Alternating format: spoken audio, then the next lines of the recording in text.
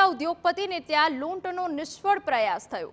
5 શખ્સોએ છરીની અણીએ 2 ચોકીદારને બંધક બનાવી લૂંટનો પ્રયત્ન કર્યો। ટીઆઈ ટ્રેડર્સ નામના ગોડાઉનમાં હરિયાણા પાર્સિંગનું આઈસર લઈને આવ્યા હતા લૂંટારૂ। 2 કરોડની લૂંટની ઘટના સામે આવતા પોલીસના ઉચ્ચ અધિકારીઓ દ્વારા હવે તપાસ કરવામાં આવી રહી છે।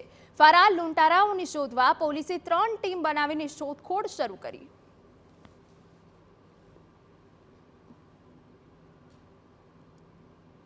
અમારા માણસોને છરી હાથને પગ બાંધી દીધા હતા, ગળા ઉપર છરી રાખીને બધી લૂંટનો પ્રયાસ કર્યો હતો।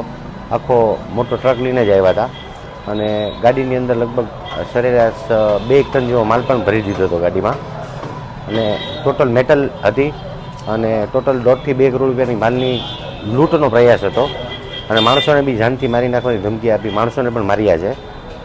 એક માણસ ઘટના સ્થળે રાત્રે 2:30 વાગે ડ્યુટી ઉપર આવ્યો ત્યારે એને શક થયો કે ભાઈ કાંક લોચો ચાલી રહ્યો છે એટલે એણે દરવાજો ખટખટાવ્યો પણ માણસોએ જવાબ ન દીધો એટલે એણે ગાડીના હોર્ન માર્યા। એ દરમિયાન મેં લોકો 6 જણા પાછળના રસ્તેથી નાસી છૂટ્યા।